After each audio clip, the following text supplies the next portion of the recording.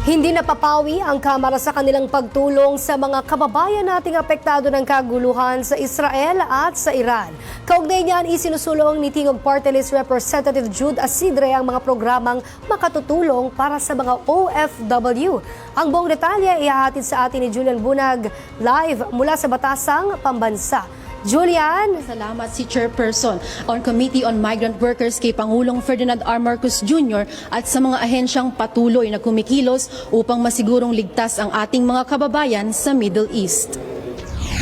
Patuloy na isinusulong ni Committee on Overseas Workers Affairs Chairperson at Tingog Party List Representative Jude Asidre ang mga programang mas lalong makatutulong sa ating mga overseas Filipino worker. Bilang chairman ng House Committee on Overseas Worker Affairs, buo po ang ating suporta sa Department of Migrant Workers sa ginagawa ho nilang mga hakbang ngayon. Una, para makipag-ugnayan sa ating mga OFW sa Middle East. Yan ang iginiit ni Representative Jude Asidre tungkol sa kanilang hakbang para matiyak ang kaligtasan ng ating mga kababayang nasa bansang Israel at Iran. Ayon kay Representative Asidre, nakahanda sila para tugunan ang mga pangangailangan ng mga overseas Filipino workers na nagbabalak umuwi ng bansa. Para magkaroon ho ng preparations para sa kasakali may gustong mag-voluntary repatriation sa Pilipinas. At pangatlo, para ma-monitor natin kung nasaan yung ating mga kababayan na nasa Israel at sa iba pang mga lugar na malapit na hindi ho pa nais umuwi ng Pilipinas sa ngayon.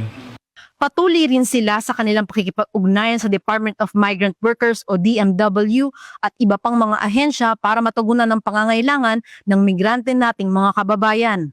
Tiniyak din ni Representative Asidre na mayroong sapat na pondong nakalaan bilang suporta sa mga Pilipinong uuwi. Tuloy pong ating laban sa Bagong Balikbayan Act. Malaking bagay po na natutulungan ang ating mga umuuwing OFW kung ano po ang plano at gagawin nila pagdating nila sa Pilipinas.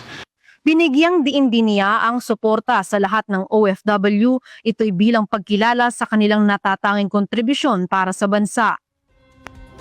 Princess, ayon pa kay Representative Asidre, sa kasalukuyan ay wala pang naitatalang Filipino casualties. Gayon din ay binanggit niya na nakahanda ang DMW at ang OFW hospitals kung sakaling magkaroon ng Pilipinong biktima. At yan lamang muna ang pinakahuling update para sa totoong balita sa Bagong Pilipinas. Julian Bunag, Congress News. Maraming salamat, Julian Bunag.